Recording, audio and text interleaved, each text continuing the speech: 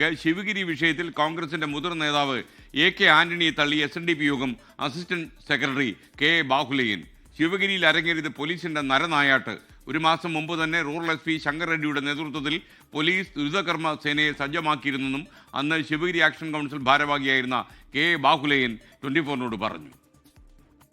AK. Antony പറഞ്ഞ കോടതി വിധി നടപ്പാക്കാൻ എന്ന് പറഞ്ഞത് എ.കെ. ആന്റണിക്കത് കോടതിയോട് ഒരു ക്ലാരിഫിക്കേഷൻ നടത്തണമെന്ന് ഞാൻ പോയി പറഞ്ഞിരുന്നു. അപ്പോൾ അദ്ദേഹം പറഞ്ഞത് എനിക്ക് കോടതി നടപ്പാക്കണം. ഭീകരമായ ഒരു അന്തരീക്ഷമല്ലേ സൃഷ്ടിച്ചിറങ്ങത് എ.കെ. ആന്റണി. ശങ്കർ റെഡ്ഡി എന്ന് പറയുന്ന DYSP റൂറൽ SP ഏകദേശം ഒരു മാസത്തോളം കാലമായി ഒരു ദ്രുതകർമ്മ സേനയ്ക്ക് റാപ്പിഡ് പോലീസ് ഫോഴ്സിന് ട്രെയിനിങ് കൊടുക്കുകയാണ്. അവർ ഇടിച്ചു കയറി അതിക്രൂരമായി മർദ്ദിച്ചു. പോലീസിൻ്റെ അടിയെന്നല്ല അതിന് പറയേണ്ടത്, പോലീസ് നായാട്ടെന്നാണ്. ശിവഗിരിയിൽ അരങ്ങേറിയ പോലീസ് നരനായിട്ട് ഒരു വലിയ ഗ്രാൻഡ് ഡിസൈൻ്റെ ഭാഗമാണ്. തിരുവനന്തപുരം അലക്സ് റാം മുഹമ്മദ് തത്സമയം ചേരുന്നു.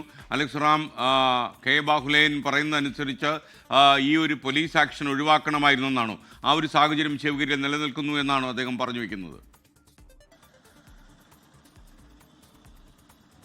SK നിലവിൽ സംസ്ഥാനത്തെ പോലീസ് അതിക്രമത്തെക്കുറിച്ച് സഭയിൽ അടിയന്തര പ്രമേയം വരികയും അതിൻ്റെ ചർച്ചാവേളയിൽ മുഖ്യമന്ത്രിയുടെ മറുപടിയുമാണ് ഈ വിഷയം വീണ്ടും ഉയർന്നു വരാൻ കാരണം. അതിന് തൊട്ടു പിന്നാലെ തന്നെ കോൺഗ്രസിൻ്റെ മുതിർന്ന നേതാവ് എ.കെ. ആന്റണി വാർത്താസമ്മേളനം നടത്തി. നാളുകൾക്ക് ശേഷമാണ് അദ്ദേഹം വാർത്താസമ്മേളനം നടത്തി ശിവഗിരി, മാറാട്, മുത്തങ്ങ പോലുള്ള ഇടങ്ങളിൽ ആ സർക്കാരുകളുടെ കാലത്ത്, ആന്റണി സർക്കാരുകളുടെ കാലത്തുണ്ടായ പോലീസ് വേട്ട എന്ന് തന്നെ വിശേഷിപ്പിക്കാവുന്ന, അല്ലെങ്കിൽ ആ തരത്തിൽ ഭരണപക്ഷം വിമർശിക്കുന്ന കാര്യങ്ങൾക്കെതിരെ ആന്റണി വിശദീകരണം നടത്തിയത്.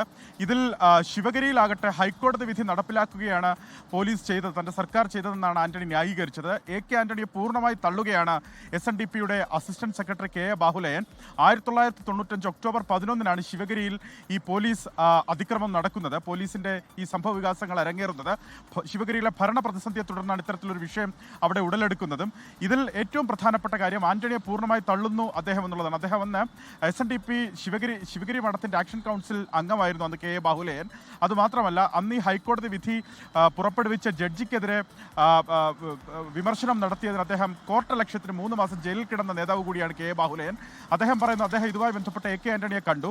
അദ്ദേഹം ഈ ട്രസ്റ്റ് സ്കീമിന് വിരുദ്ധമായാണ് ഹൈക്കോടതിയുടെ വിധിയെന്ന് അദ്ദേഹം എ.കെ. ആന്റണിയെ ബോധിപ്പിച്ചു. അതുകൊണ്ട് തന്നെ അതിൽ ആ വിധിയിൽ ഒരു വ്യക്തത വരുത്തണം, അതിനുശേഷം മാത്രമേ മറ്റു നടപടികൾ അനുവദിക്കാവൂ എന്ന് എ.കെ. ആന്റണിയോട് പറഞ്ഞു. പക്ഷേ എ.കെ. ആന്റണി ഹൈക്കോടതി വിധി നടപ്പിലാക്കും എന്നുള്ളതിൽ ഉറച്ചു നിൽക്കുകയായിരുന്നു. തിടുക്കപ്പെട്ട ആ വിധി നടപ്പിലാക്കുന്നതിനുള്ള ശ്രമമാണ് എ.കെ. ആന്റണിയുടെ ഭാഗത്തു നിന്നുണ്ടായതെന്നാണ് എ.കെ. ബാഹുലയൻ 24-നോട് പറഞ്ഞത്. അതുമാത്രമല്ല, അതൊരു ഗ്രാൻഡ് ഡിസൈൻ്റെ ഭാഗമായിരുന്നു, അതായത് ഒരു ആസൂത്രിത ഗൂഢാലോചനയുടെ ഭാഗമായിരുന്നു ശിവഗിരിയിൽ നടന്ന പോലീസ് അതിക്രമമെന്നാണ് ബാഹുലയൻ വ്യക്തമാക്കുന്നത്. ഒരു മാസം മുമ്പ് തന്നെ റൂറൽ SP ശങ്കർ റെഡ്ഡിയുടെ നേതൃത്വത്തിൽ ഒരു ദ്രുത കർമ്മസേന അവിടെ സജ്ജമാക്കിയിരുന്നു എന്നാണ് അദ്ദേഹം വ്യക്തമാക്കുന്നത്. അതുമാത്രമല്ല, അക്കാലത്ത് മന്ത്രിയായിരുന്നവരോട് പോലും ഈ കാര്യം വ്യക്തമാക്കി. മന്ത്രി CV പത്മരാജനെ നേരിൽ കണ്ടത് ആവശ്യപ്പെട്ടെങ്കിലും CV പത്മരാജനും അക്കാര്യങ്ങളെല്ലാം ചെയ്യാൻ അവിടെ പോലീസ് ഉണ്ട് എന്ന മറുപടിയാണ് നൽകിയതെന്നാണ് പറയുന്നത്. രൂക്ഷമായ പ്രതികരണം എ.കെ. ആന്റണിക്കെതിരെ കെ ബാഹുലയൻ നടത്തുന്നു. ലോകത്തെവിടെയായാലും ഏത് സമയത്തും 24 വാർത്തകളും ഓഗ്മെന്റഡ് റിയാലിറ്റി പാക്കേജുകളും എക്സ്പ്ലെയിനറുകളും വിശദമായി കാണാൻ ഞങ്ങളുടെ YouTube ചാനൽ നിങ്ങൾക്ക് സബ്സ്ക്രൈബ് ചെയ്യാം.